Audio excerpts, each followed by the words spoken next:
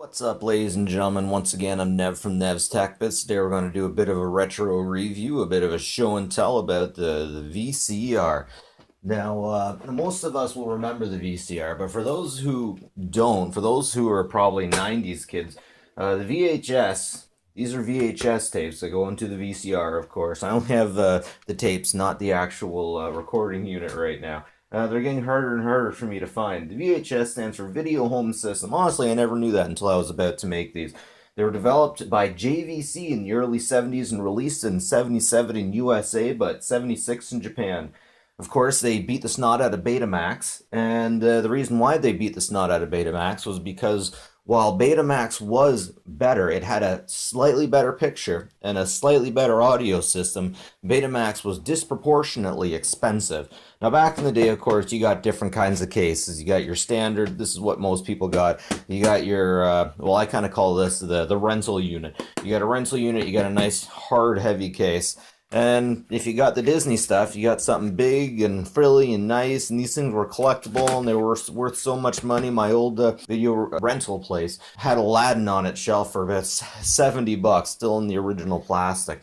It's unfortunate, but technology very rarely becomes collectible. You know what? I was curious, so I went and had a look, and apparently Disney VHSs still go for quite a bit. I'll have a look at that later. Something about Black Diamond.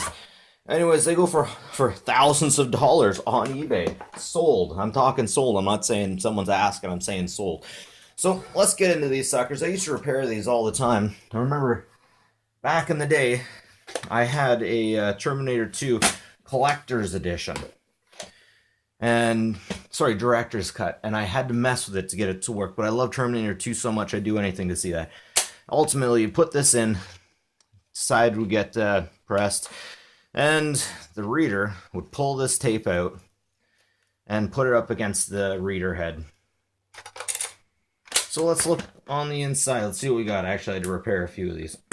So, bit of memories. Back in the day, these things were about $100 each. I think I was in the late 80s. Yeah, in the late 80s.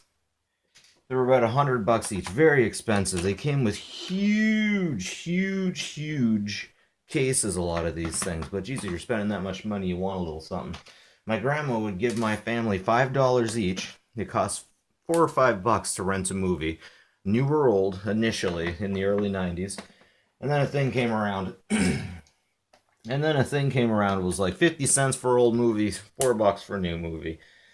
Of course, this was destroyed by downloaders. Unfortunately, a lot of people lost a lot of money. Well, I did it wrong. I was supposed to flip it over the other way. Let's see if I could do this. So there's a lot of moving parts in this, and if you don't do it quite right, you're going to screw something up. Let's see if I can do this. Here we go. So there's not actually a whole lot to these things, right? There's two little tabs. And something has to press in that hole. Oh, I just ruined it. Something has to press in that hole. Where did you go? You know what? I don't care. Something had to press in that hole. Then that would take these locks off. And then the movie could go. And I remember in my small town, the video store burnt down. And a lot of people were were going in and stealing the videos from the place. This place had stayed dead. Denny's TV, I think it was. It was just there. Kids would break in late at night and steal the tapes. But there was so much smoke damage on them, so much smoke damage on the actual tape itself that it would actually destroy the VCR. So, haha, joke's on you. Remember the kids trying to find X-rated movies. So, they have lots and lots and lots of tape. There's tape for days here. And if I was to attach this, I remember as a prank, I attached this to the back of somebody's car. Left it spooled in, and they took off, and man, they had like a mile worth of tape behind them. It was really something. You can really mess things up with this. I mean, if you're going to go TP somebody's house, you could probably do a better job with this magnetic tape. But man, this stuff goes on for days and days and days and days. That's basically it, magnetic tape. This stuff was developed in the 50s and used all over the place. You got to be careful with it though. But yeah, that's VHS. Let's rip into the Jungle Book here, 30th anniversary. Actually, I got this free from a yard sale. Man, these things were so expensive back in the day, but these days nobody wants them. Interestingly enough, most of these tapes are full screen, not widescreen. Now, the difference between full screen and widescreen is so your television back in the day was a simple square, and these days it's not a square anymore. It's longer. If you go to the theater, you'll realize that it looks like a rectangle. The screen looks like a rectangle, not a square. You have more information. You have more of a landscape kind of thing to the right and to the left. Now, there are a lot of interests, a lot of television interests that didn't like the fact that you could record things, and a lot of people were worried about that. So there was a lot of things going on because of this. And one of the biggest, most unfortunate parts about it was, to this day, we do not have Doctor Who, certain episodes of Doctor Who, because they weren't allowed to keep them recorded. They were allowed to play them once, and then the tapes were deleted. We almost lost the Flying Circus because of this. Okay, now, one thing I want you to notice is this has a very special screw on the inside. I don't think I've seen that one. A triangle kind of screw. And I can't get this open, so I'm going to do it by force. A little bit of percussive maintenance. Anyways, back to the story about the size, widescreen versus full screen. The theaters didn't want you to have a widescreen thing because then you would have the same experience as you would have in the theaters. So they tried to force through all of these things being in full screen. And when I was like, I want full screen. I wanted to use the full screen of my TV, especially back then because even 13-inch TVs were unbelievably expensive. Please forgive me for this gore that I'm about to show you. I want to see if Disney's any different on the inside. Oh, looks like some better materials.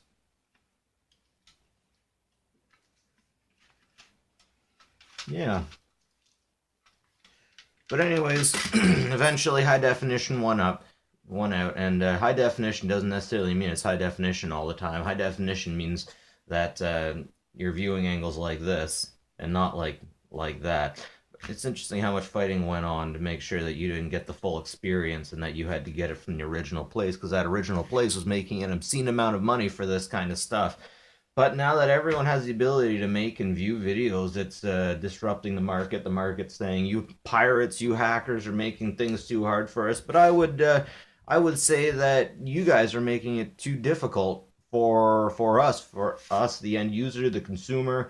And because of that, we're finding these other ways. Technology is advancing farther than you, and because you're not willing to keep up, you're becoming dinosaurs. Music industry, video industry, I'm talking to you guys. You better be bringing your prices down. You better be paying your actors a little bit less. And then, hey, then we'll talk. Then we'll figure stuff out. But until then, we're going to keep on pirating and hacking the planet. Anyways, that's it for me for the teardown. Let me take a look at why Disney movies are so expensive now. Of course, this is a fully restored 30th limited edition. But the original seems to be going for the most. So let's have a look at my computer and see why these things are going for so much. Alright, so here I have the eBay scene. We're taking a look at the rare VHSs, and this is what has actually been sold. This is what has actually been sold within the last, I believe, 3 months. I went directly to eBay, searched for VHS and rare, and once again, actually sold rare Walt Disney Beauty and the Beast VHS 1992, $9,000. I think another Beauty and the Beast sold for 7,500.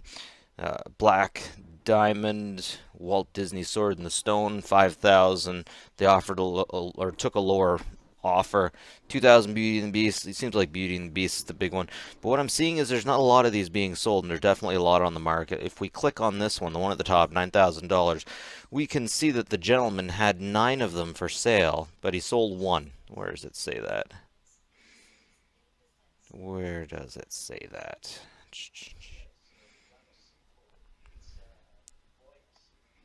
I can't find it now, but I swear it was here. He had 9 of them for sale and he sold one. I'm pretty sure that actually what's going on here is there is a lot of people trying to sell this, and every now and then you'll get someone coming around that believe that there is a high price for this stuff. Maybe the Beauty and the Beast one's selling for more right now because of the movie that was out just recently.